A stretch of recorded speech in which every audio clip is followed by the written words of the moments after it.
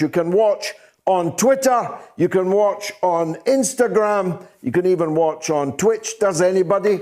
Please let me know if you have ever watched this show on Twitch, because I have this sneaking feeling that my clever young friends behind the glass have fooled me and that there is no such platform. But that's just me, a conspiracy theorist. This, of course, is a very important day for conspiracy theorists. Jack Kennedy was murdered in plain sight, in broad daylight, by a conspiracy, I believe. And there have been many conspiracies, like the one that murdered his brother, like the one that murdered Dr. Martin Luther King, like the one that murdered Malcolm X, like the one that got the United States more fully involved in Vietnam, and many, many others. But just because there are many conspiracy theories, it doesn't mean that everything is a conspiracy. And no doubt that will be something that comes up later, especially when we talk to the MOATS medic about the coronavirus. As I said in my introduction, you wait for a vaccine and along come 5 at once. Well, actually, that's only the Chinese ones. There's 5 Chinese vaccines now being rolled out to millions of people at virtually nil cost. And we could have had them. We could have had them early. We could have had them cheap. But we preferred to wait for Big Pharma to come along, and at least 3 are on the market or will be very soon. Pfizer, AstraZeneca, and the Oxford University variant. There are at least 2, maybe 3 Russian vaccines, again being rolled out to huge populations with higher rates of efficacy and fewer instances of painful side effects than any of the others on the market. So, of course, we're not buying that one either, because we're waiting for Big Pharma. And the Jeremy Corbyn story will loom large. I think we've got a poll running on it already. Should Jeremy Corbyn quit Labour? Yes, no, or don't know yet. 753 people have already voted. It's only 6 minutes past 7. 62% say yes, he should quit. 32% say no, he shouldn't quit. And 6% say that they don't know yet. You can vote on my Twitter feed at George Galloway. Now, the plain facts are that Jeremy Corbyn has done nothing wrong. Jeremy Corbyn is not remotely, not a scintilla of his being or mind could be fairly described as anti-Semitic or racist in any other way. I have known him for fully 40 years, nearly 30 of which I sat right next to him in the House of Commons, literally right next to him. But he should have said that rather more clearly from the start. He should have rejected the idea that his support for the Palestinian people had anything whatsoever to do with anti-Semitism. But as is now famous or infamous, he decided on a different course, throwing his close friends to the wolves in the hope that the wolves would not eventually eat him. He capitulated to the idea that opposition to Israel, support for the Palestinian people was or could be anti-Semitic.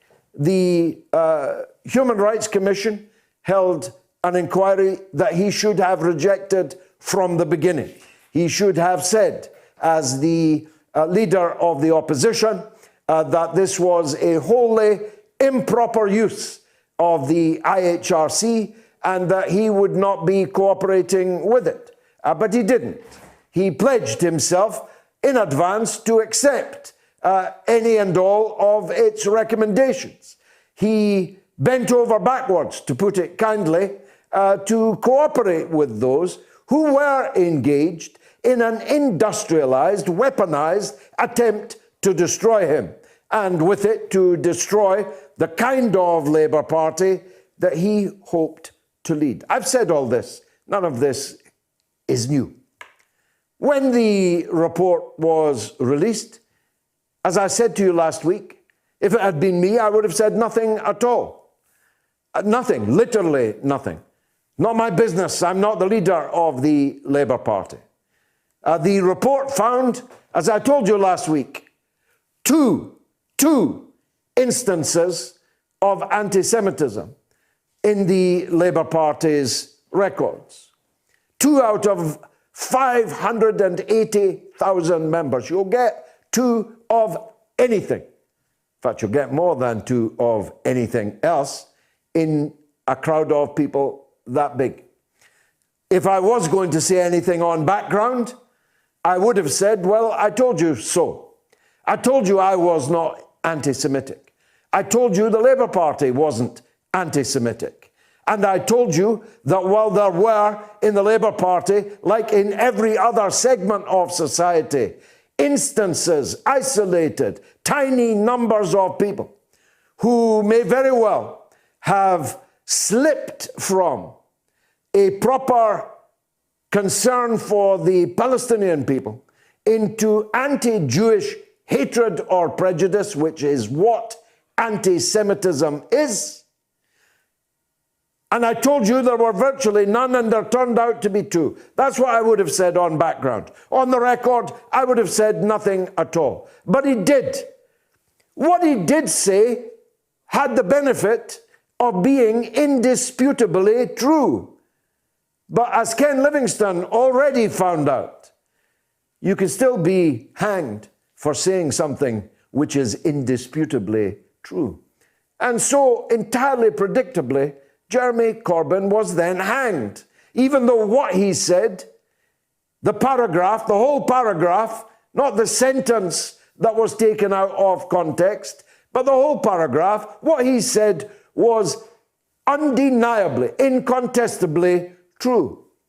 But he was immediately suspended.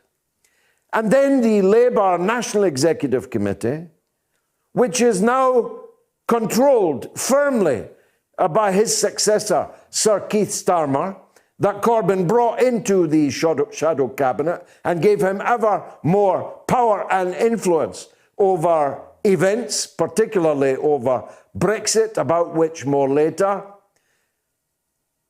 Sir Keith Starmer refused to accept the decision of the Labour National Executive Committee to reinstate Jeremy Corbyn into the Labour Party, and took unilaterally, illegally in my view, unconstitutionally, without a single doubt, took the whip, the Labour whip, out of Jeremy Corbyn's hands. And therefore, Corbyn now sits, as I did myself, for some years, as an independent member of Parliament.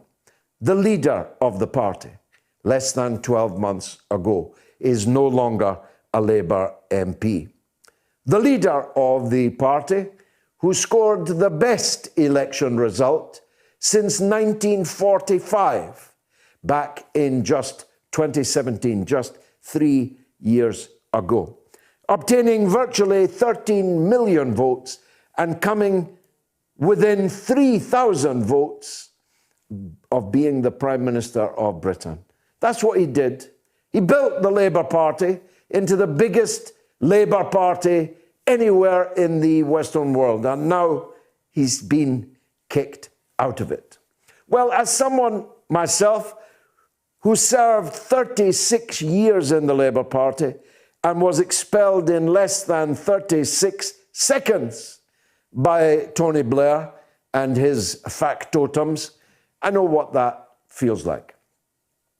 But there must come a point at which it is obvious to people that supported Jeremy Corbyn that the Labour Party is no longer a party for them, that the only future they can look forward to is unrelenting class struggle inside the Labour Party against other Labour Party members. Who wants to spend their life in that way?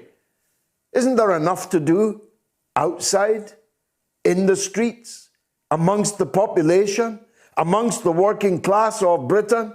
Isn't there enough fights to be fought against people that are officially your enemy, rather than spending your life unrelentingly fighting people inside your own party? That's the mother of the poll that I have put out now. Get your votes in now.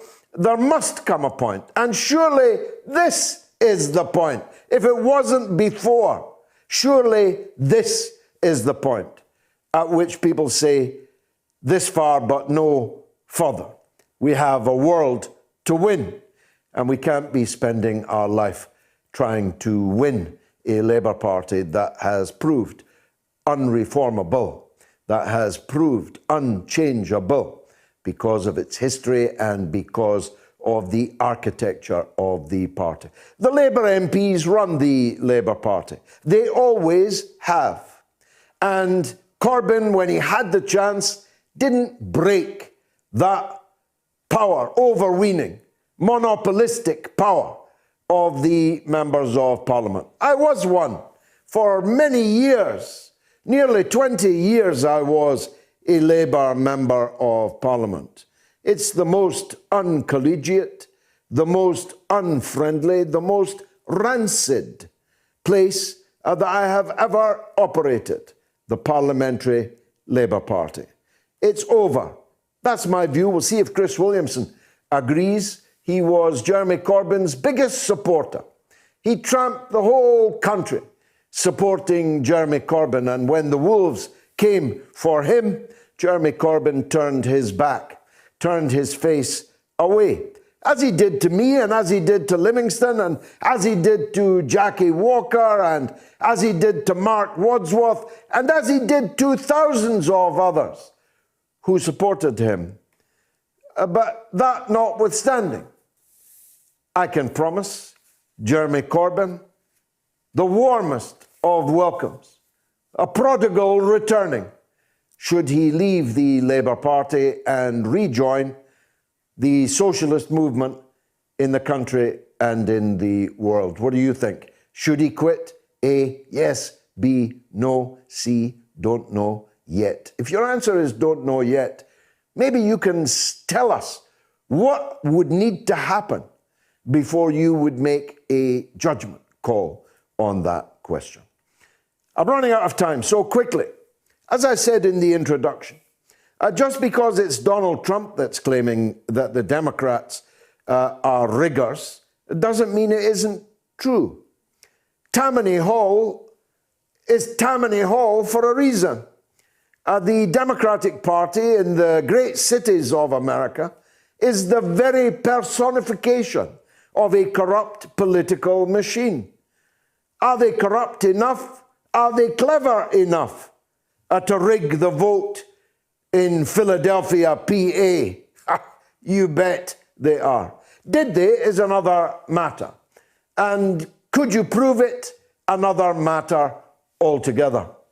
We'll be asking the legend that is Max Blumenthal, pure royalty, if the Americans had any, on the American left, the finest investigator, reporter, and commentator on the left of politics in America. We'll be asking him these very questions. And what about Brexit? We're going to do a deal this week. If we are, what kind of deal? And if we don't, what happens after that? And the coronavirus, well, as I said, I'm just waiting for my vaccine. Are you? It's all coming up over the next 2.5 hours or more on the mother of all talk shows.